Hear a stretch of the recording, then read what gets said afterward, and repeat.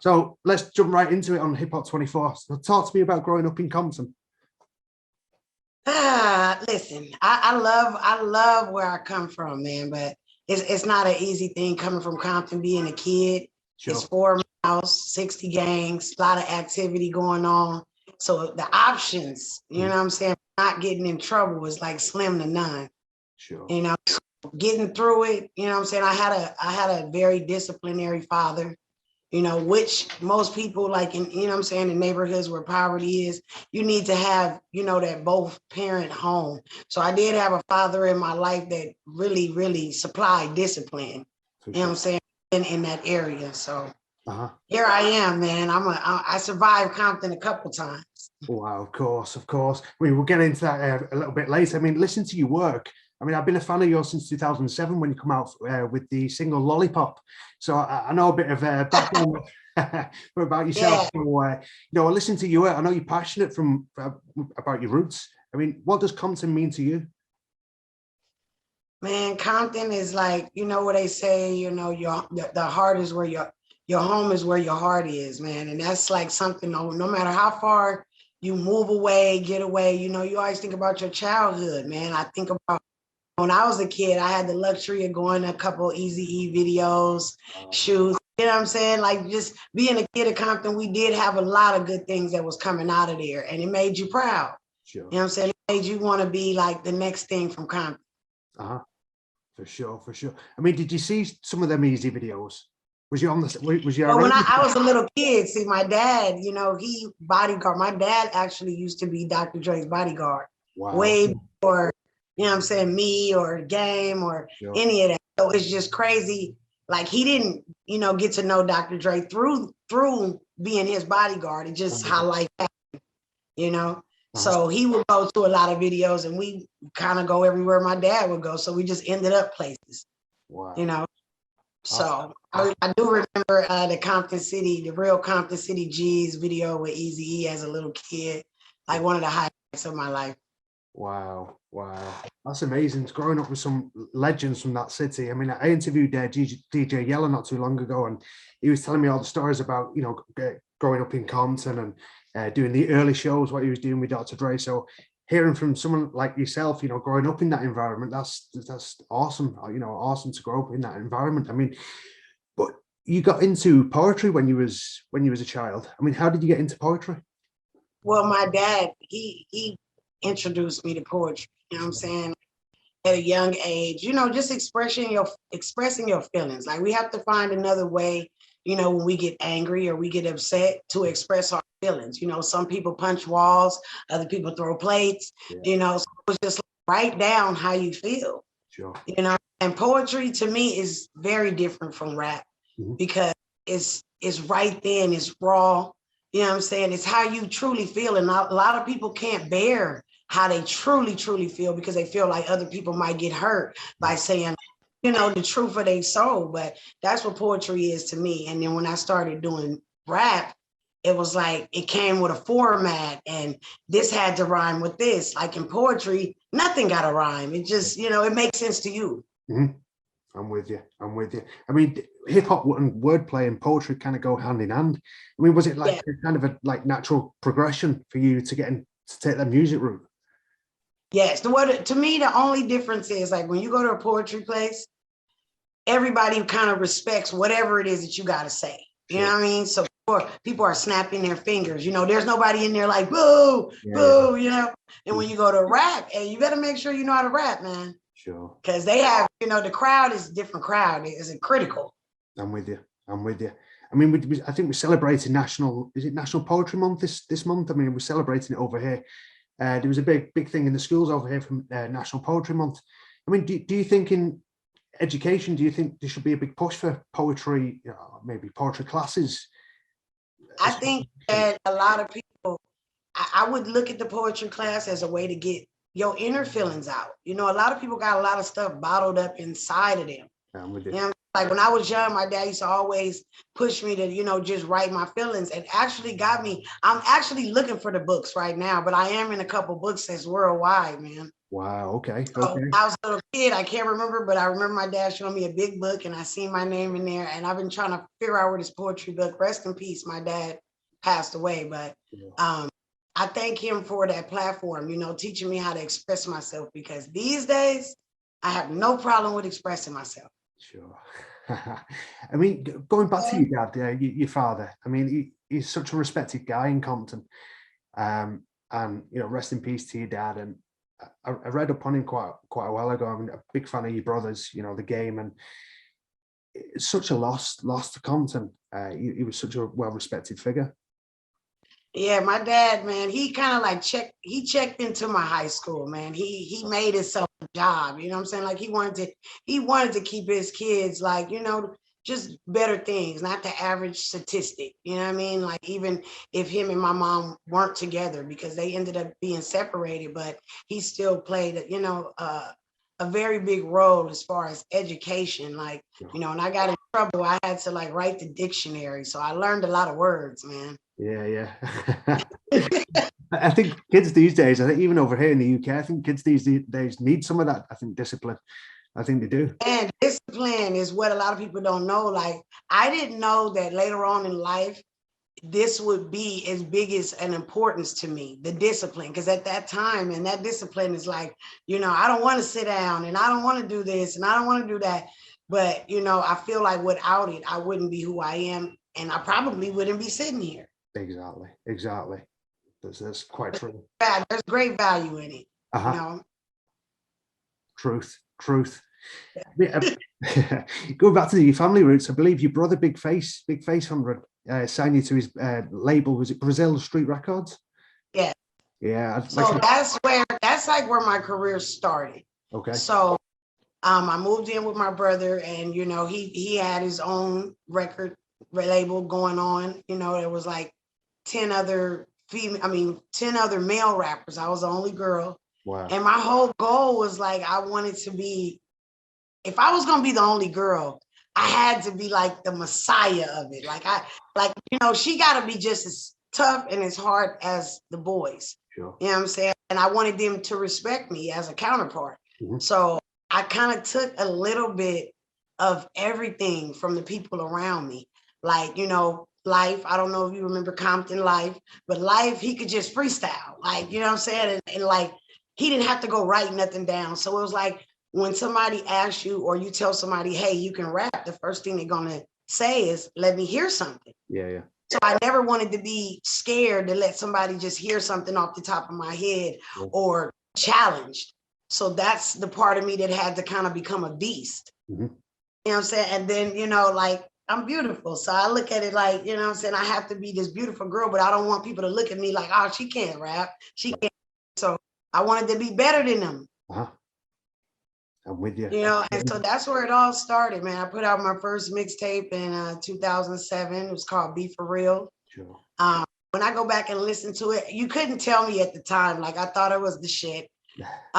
But when I go back and listen to it, I'm proud of it being my first classic. Yeah. But I also hear a lot of things where now I take my time in the studio and I re-listen to things and put sounds and ad-libs and things in it. So when I go back and listen to it, I'll be like, oh, I could have did this better.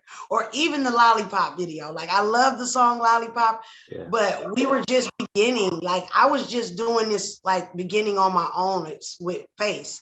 So we didn't really know shit about shit. Like, you know what I'm saying? We were just trying to make it happen and learn the business as we went along. So we grabbed a camera and I had like a little boom box. You know, we didn't have all the Bluetooth stuff now. I'm with you. So, you know what I'm saying? And we got it done, you know, and I go back and look at it, I think it's kind of cheesy. But I love it because it's me, man. And it still shows who I am as a person. Like, I'm real kind of goofy, you know what I'm saying? I'm a clown. I like to laugh a lot. So when I go back and look at it, man, it's just like, wow, like, this is what y'all was doing. You know, I have my friends on a bus stop with some lollipops. Reminded me of that line from LL Cool J. You know what I'm saying? I always wanted to recreate that scene on my own. I'm with you. Sure. I mean, I think it was back in the MySpace days. I was friends with your brother Big Face, and I remember I think he shared it or reposted it on his MySpace, and I dropped him a message. He dropped me one back saying, "Appreciate the love. with the lollipop video, and you know, so yeah, back in them days, I mean, I thought you was dope as hell when you come out. And that was my first ever video to hit World Star, man. Like, Wow. it's monumental to me. You know what I'm saying? But just watching myself sometimes. I'm a person, like, when I record videos, I never really like to go back and watch them. Like, you know what I'm saying? Because it's like, now it's like an outer body experience. Now you're looking at yourself like for the real. Like, people don't like to see themselves or things they might have said or did. Yeah. So it's just like crazy, like, because I've grown a lot. Sure. For sure. You've matured going through the years from, like, because I think you've released 5 mixtapes up to now. I think you've matured in your music for sure. You know, you can tell that by listening. Yeah. You know, you have matured and you come a long way since, like you say, 2007. But I thought you was dope as hell when you come out. So, you know, with that, that lollipop video, it's cool as hell. But how important was it for you to make a stamp on your own music? Because obviously, the game was blowing up at the time, and how important was it for you to make your own stamp on your music? Well, at first it was kind of like difficult because I wanted them to be proud. You know what I mean? Like, I knew I couldn't take them no bullshit. Like, one, I'm a girl. Two, I'm your sister. And if I bring you a song and it got to be fire, they going to think it's a joke. Sure. You know what I mean? And I looked around and I kind of seen a void. You know, we hadn't seen no females on there.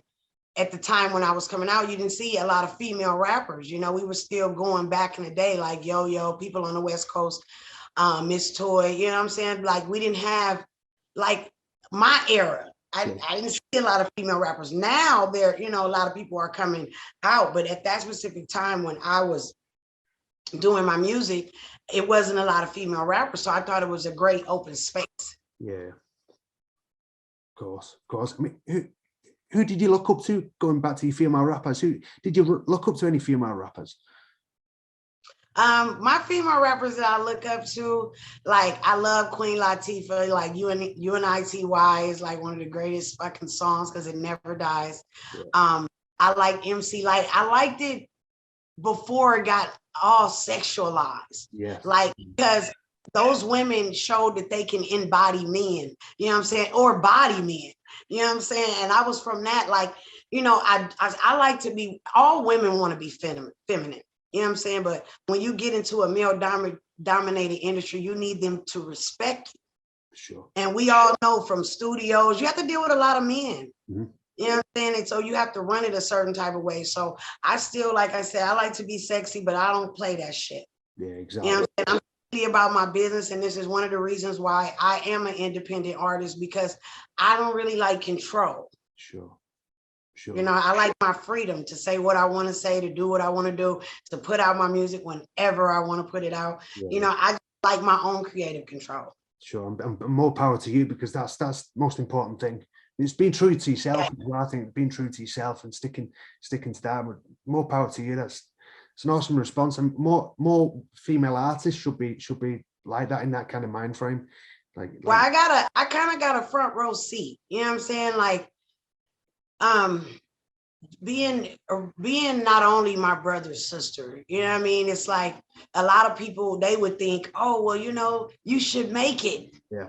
Because your brother is who he is. Mm-hmm. When I look at it, like, no matter who you're related to, your dream is your dream. Exactly. And you sit around and you wait on somebody to fulfill your dream, no matter who it is. Of course, we think people should do this and do that, but that's just overthinking. The reality is, what if they don't? Yeah. Are you going to give up on your dream because they don't? You know, you got to think of the lifestyle that, you know, somebody being a big artist, as my brother, already have going on. Sure. So one, you know what I'm saying, I have some different shoes to kind of step into. Yeah. Because I can't, if I was nobody's sister, then I would just be another rapper and I'd be getting on myself. Yeah. But being his sister, like, I have to make sure that I'm on point with my music, whether he say something to me or not. I don't want nobody to be like, oh, that's game whack ass sister. You know what I'm saying? Like, you know, so, you know what I'm saying? And we come from the same cloth. You know what I'm saying? It's like we both, it's in our blood. You know what I'm saying? I'm just, you know, the female version of it. Yeah, yeah. And having that front row seat is kind of like, when you're a kid, you grow up to be a star. Like I wanted to sing like since I was like 5 years old, right? I wasn't even thinking about rapping, but I used to always sing. And my mom, she did a lot of she had a modeling school. So we was taught etiquette, tap, piano, all kinds of things.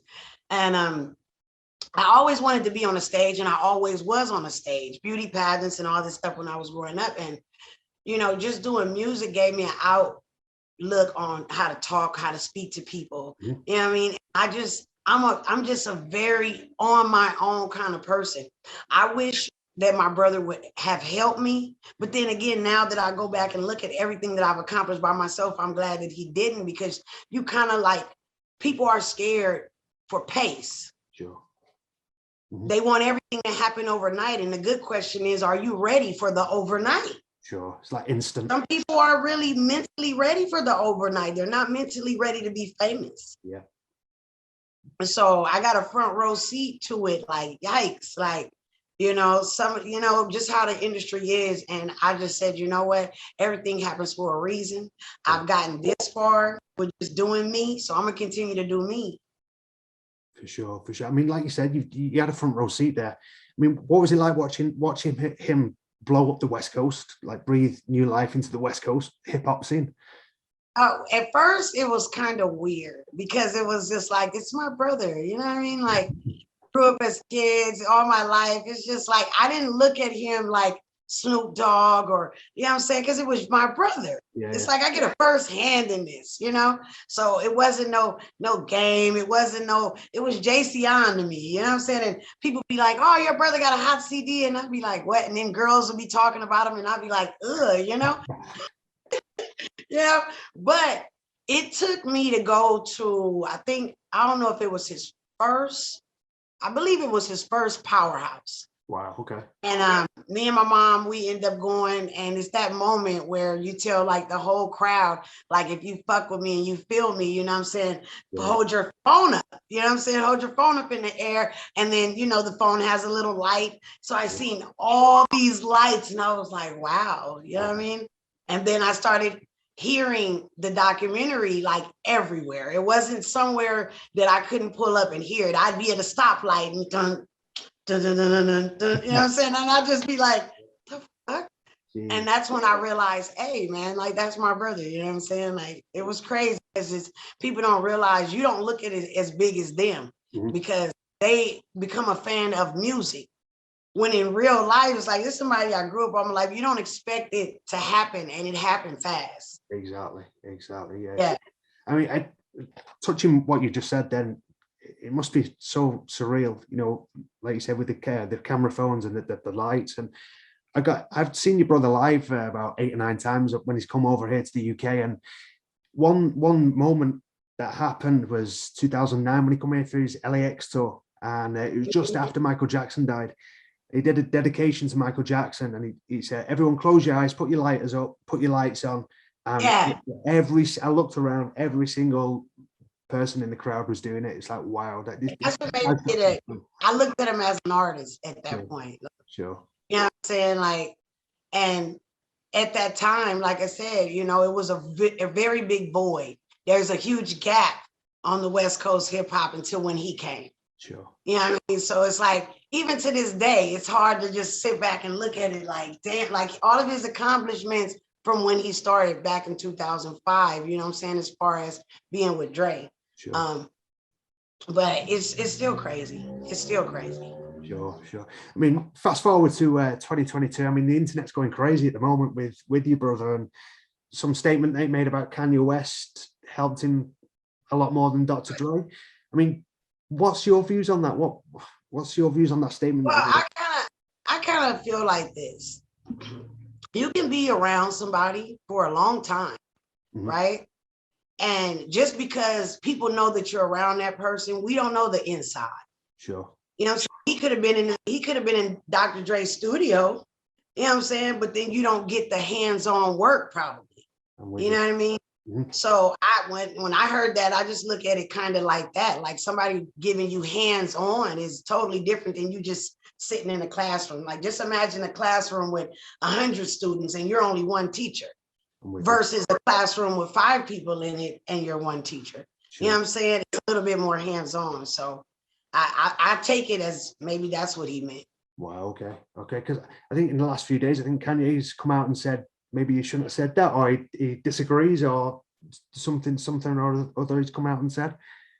He said maybe. I just feel like sometimes I don't know what be going on. Like I just know that social media has became a platform where, that's like Will going to slap Chris Rock, and then next thing you know, Jada's like, he shouldn't have did that. It's like, Yeah. sometimes you don't want people to be mad at you. So you, you know what I'm saying? Like you got to go back and kind of, oh, that wasn't cool. And Yeah.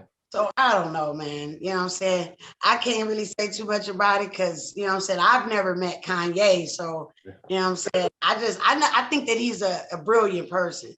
Sure. You know what I'm saying? I feel like everybody got mental issues in some way or another. You know what I mean? I agree with that. Triggers, So, but as far as a musician, hey, I fucks with Kanye. I love his vision. You know what I mean? And I just love what he brings to the game, man. And he's one of them stories where a lot of people kind of shitted on him. You know what I'm saying? Or didn't want to put him in a position, you know what I'm saying? Or that whack was rap. So I like to see that he just kind of overcame all that and really be on some fuck y'all shit. Like, yeah, exactly. You know what I'm saying? Of course. I mean, just to touch on another thing about you, brother. I mean, the world waits on this so-called diss record towards Eminem. I mean, how do you feel the situation is going to play out with that? Is money involved? You know what I'm saying? Listen, I just look at I just look at it differently. I think that people do a lot of things when money is involved and get the internet rah for it. It's kind of to me like when when 50 said that he wouldn't rap anymore if Kanye outsold albums, and they put their album out on the same day. Hell, 50 Cent still put out music. He's putting out shows. I think a lot of times things have another agenda behind them that we don't even see. Sure. You know what I'm saying? Like, so, just as family though, I have to root for my own family, man. You know what I'm saying? Like, but I have seen, and I will say this, I have seen via like footage, I have seen Eminem lose a rap battle to a person that I know. His name is Otherwise, right? He's very talented, but he lost a battle to him. You know what I'm saying? It's not talked about a lot, you know what I'm saying? But at the end of the day, Otherwise is a lyricist, man. Like he go, and as Eminem is a lyricist, you know what I'm saying? So at the end of the day, I feel like when you put your mind to anything, you can do whatever you want. Exactly. True words. And it'll be, you know what I'm saying? Sometimes I look at this music as a competition with yourself. Sometimes you gotta, sometimes we'll say, yeah, I'm better than everybody. Yeah. And then that will probably put fire under your ass, you know what I'm saying, to, own up to them words. Like, or not, it's just gonna be another a talked about situation, which is still gonna revenue money. I'm with you. You know what I'm saying? They'll have fucking Game and Eminem cups. You know what I'm saying? The t-shirts, the cups, merchandise. Man, like, to me, if it ain't making no money, like DJ Quick said, it don't make no sense. So I always think money is involved in everything. Facts. I mean, this week the world lost yet another legend, DJ K-Slay. I believe you had a good relationship with DJ K-Slay. Oh man, like, it's crazy. So I went to a party. Well, I actually performed at Ray J's party and a couple years. This is like early on. Okay. I met K-Slay for the first time. He was real cool. He liked my show, and we exchanged numbers. And I ended up having a song called No Respect. Okay. And I posted it up, just me rapping it, and Snoop Dogg reshared it. Wow. And put like, who is she? Not even knowing that I'm the Game sister. You know what I'm saying? Like, it was all crazy. But DJ K-Slay was like, hey, like, you need to record that joint, because I only like put up, I think, about 16 bars, like that in the hook. Okay. And so he's like, you need to record that song. And I was like, well, it's already recorded. And he was like, well, send it to me. I'm going to play it on the show. And he did just that, man. And he always he'd always say, I don't like everything, but I'm watching. Wow. You know what I'm saying? And he's one of the first people, and I respect him, very, very well known, and has put a lot of people in situations as far as mixtapes and mixtape gang. Yeah. You know what I'm saying? And I value him and appreciate him for that, man. It's like, you know, sometimes doing music independently, it's like a lot of the artists that we've lost in the last 2 years, it's like people I wanted to have features with. You know what I'm saying? So as a person that's independent in hip hop, you want to get to the point where you can get a feature with DMX. You know what I'm saying? These are people you grew up with. Wow. And I'm just watching people just disappear, man. And it's like, it's crazy. So, you know, I just want to give all my condolences out to anybody that ever seen how much work that man put in, and his family and his kids, man. It's a sad loss in hip hop. It is. It really is. I mean, he was the king of mixtapes, wasn't he? He's, I mean, even over here, we kind of worshipped him as a DJ. He's such a sad loss. Man, and very humble, because let me tell you, so I was in his Straight Stunt magazine, and it's crazy. I went out to New York. He sent me to New York to come out. I was supposed to go up to the radio station, and I went there with two of my friends, and he lost his phone. I had never, like, I have family live in New York, so anytime I went to visit, it was just around them. So I'd never been to New York as a whole state, like to travel by myself. So this particular time, me and two friends go. I'm supposed to go and do the radio and everything, and he loses his phone, and I don't know where the hell I am in New York. So I ended up being in Jamaica, Queens, with like 2 pocket knives and like 3 suitcases, you know, and shit, because you feel like an ant in another state. Like in LA, there is some city where I know somebody. Yeah. But when you're in a whole nother state, you don't know how they streets is ran and who's who. And I just felt like an ant in a world that I was like, so I got to get a knife. I got to get something to protect myself. I'm with 2 other chicks. We got like freaking 6 suitcases. And he's like, I went to the wrong airport. So when I booked my flight, I was supposed to go to LaGuardia, and I ended up going to the international airport. Wow. Okay. You know what I'm saying? Like, so he was like, oh, you got to get to Manhattan. And so I end up getting to Manhattan on the train. The people they know you're not from New York. They could smell it on you, you know? So it's like, yeah, we could get them at any time. So I'm like, oh man, we got to like get somewhere safe. So we got to Manhattan, and we booked a room, and it's 3 of us. That room, we wanted a room so bad. That room was like $800 just for one day. Wow. And so we got the room just like, we need to just get off our feet. We tired. We've been on the train. Mm-hmm.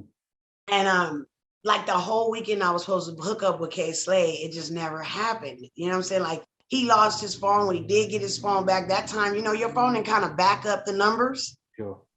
So, and the social media wasn't like it is now. We didn't have Instagram then, you know what I'm saying? So, but I remember the last day before I was about to leave, he finally got in contact with me and was like, just stay a couple more days. And I was like, no, we were only supposed to be here for the weekend. But he did make sure that he had somebody come and drop me off some money for my trip. Wow. You know what I'm saying? And I thought that was like the dopest shit ever, you know what I'm saying? Because we had spent money just not knowing where the hell we were going, you know what I'm saying? And so I thought that was very humbling, and we always kept in contact. And whenever I had something new, he would kind of let me know if it was or, you know what I'm saying, like push that one, you know? So it's a sad, man. But I think you're being a part of my story. Yes, definitely, most definitely. I mean, rest in peace, DJ K-Slay. And for sure. I mean, one song I do love off is it Beauty and the Beast mixtape is I Betcha. I mean, I know you sent it me the other day. Yeah. Wow, what a beast of a track. I mean, it was over Tupac's I wonder why they call you bitch. I think it was over. Tupac is my favorite rapper of all times. Yes. Like, wow. You know what I'm saying? Like, for me, for all times, like even right now, you can still play a Tupac record and he can still battle with the young boys, man. Like, exactly. You know what I'm saying? So when I was growing up, I Betcha was like, it was to me a real song, especially from a girl point of view, because it was a man telling you why these men call you bitches. Yeah, exactly. You know what I'm saying? So it was one of my favorite records. And I was like, now that I'm an artist, I'm like, I always think about good remixes. Like I love to remix stuff. Like not everything, but if it's something that, you know what I'm saying, I'll be like, Tupac is just classic. I wanted to remix it and I wanted to make sure that it was fire. Mm-hmm. Like you can't redo no Pac shit and it ain't gonna be fire. Exactly. So I wanted to just talk about what's going on now. Like, you know, throughout life, I learned a lot of people really not your friend. Mm-hmm. And like people will come around for certain things, or I learned being Game Sister that it was more valuable to other people than it was to me. Sure. You know what I mean? Like I'm JC On's sister. You know what I'm saying? Yeah. To them, it's like, you know, hashtag, I just say TGS, you know, I got to go with that because you got to get used to people calling you that or using it for marketing or whatever the case may be. But at the end of the day, it's just like, I wanted to talk about what's going on now and shedding light on situations with men and situations with women. Like, let me tell you about this nigga, you calling him bro. First nigga want to rob you is a nigga you know. You know, typically most people get robbed by people they already know. Fact. Yeah. People are setting them up by people. It's not, you know, it's not random robberies.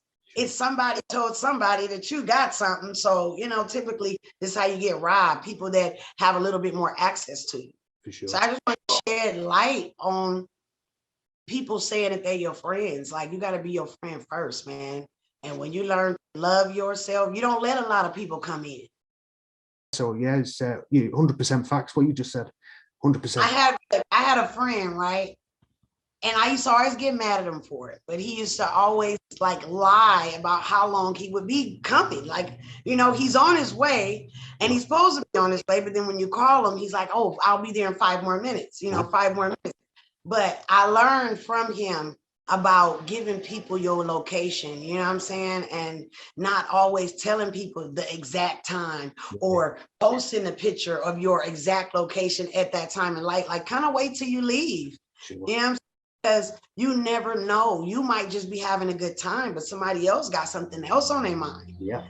So to be very careful about that. And I try to be as humble as possible because that is my nature, but I also have to be wary of people. Like some girl just hit me up on DM and asked me like, could I go have a drink with her? And I don't even know her. It's like weird, you know what I'm saying? Like, you know, and so you never know what other people are thinking. I thought that crazy. I would never hit somebody up randomly, like, let's just have a drink. Like, it's kind of weird. Yeah. But I have to look at people as if it kind of scares me. I'm not going to lie to you. It scares me to be somebody that popular, sister, at times, because you could be somewhere just chilling. And I'm not the only sister. I'm just the only sister that raps. Sure. Yeah, I'm the only sister that popped up out of, you know what I'm saying, the same mother. But I wasn't raised to treat my siblings, you know, we didn't do the step thing, you know what I'm saying? So it was like, you know, we got DNA running through us. That's my brother, that's my sister. So I am the only sister that just raps. Wow. Wow. For sure. For sure.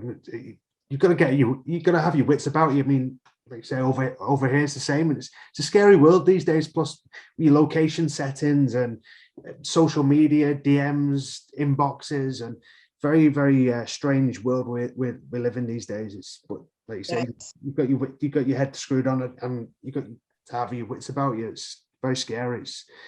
But you know, going back to Tupac. I mean, I know he's influenced you. You know how you flipped that song with the remix. I mean, did he influence you? You know, growing up as a child. When did you listen to him as a child? And we listened. Tupac kind of like was like, you kind of feel like how you can get like Tupac is like a brother. You know what I'm saying? Like a cousin. Yeah. You know what I mean? Where you get education from this man. He had a lot of power to be such a young person. And, you know, when you pass that 25 mark and you go back and you look and you say, damn, you know, he was only 25 years old. So I could just imagine what he would be doing right now. Like it will be magical. You know, and I don't think a lot of these artists probably would be out. No.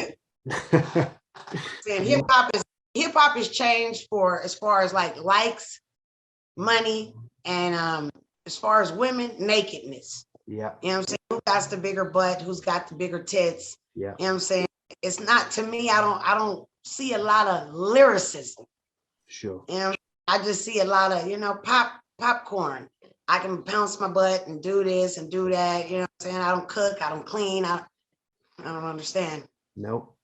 And No. I don't come from that nature. I was first and foremost raised with a grandmother that she didn't play. We learned how to cook, we learned how to clean, and we was proud of it. You know what I'm saying? Like, so I definitely don't come from that generation. But as far as influence, he's still influenced today. You know, like he said, he gonna be the person that sparked the brain. Yeah. And the one thing I get from him is, you know what I'm saying, you spark the brain. And I'm still trying to get down to LA to go see the museum, man, because Yeah.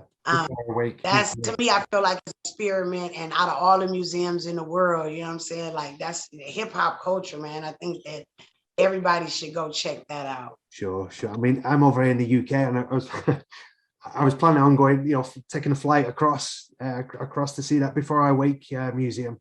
Well, some of the artifacts and the poems, the poetry is handwritten poetry is there. It's so interesting. I've watched the YouTube videos, I've seen the pictures. It's interesting. It's educational. If you look at the poetry and his writings, it's so educational. It learns so much. But it's great to hear that he's influenced you. Not just in your music, in life as well.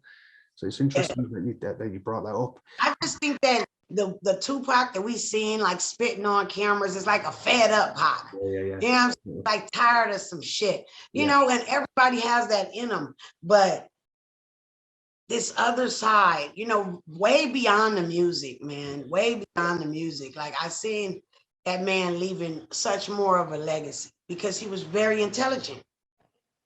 Very smart. The quotes and a lot of the videos that we see here that's left here will still inspire somebody that's way younger than me. Oh, for sure. That's what the music is about, man. Like, I continue to do music because I know that music never dies. Exactly.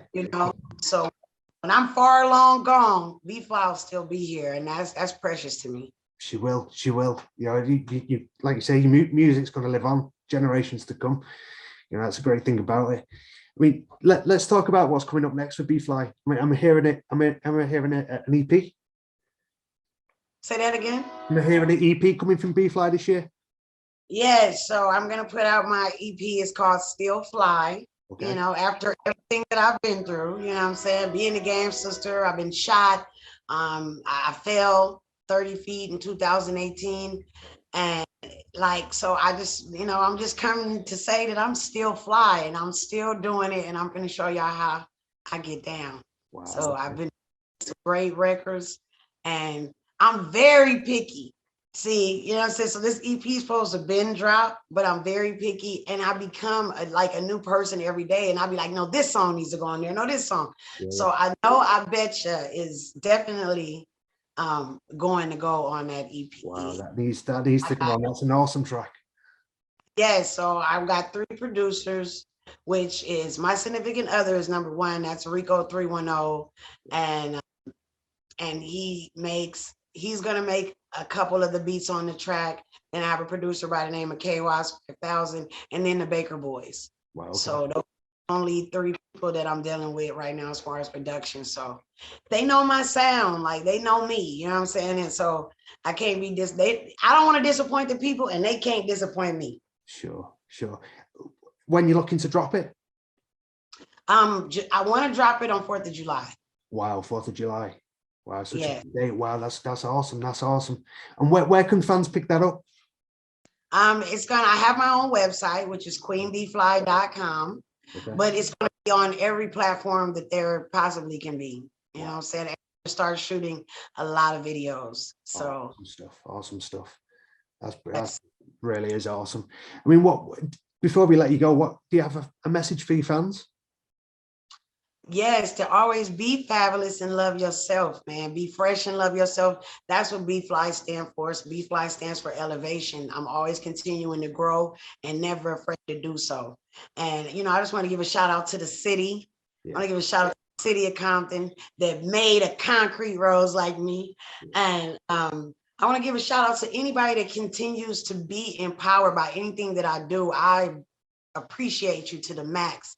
I appreciate this platform.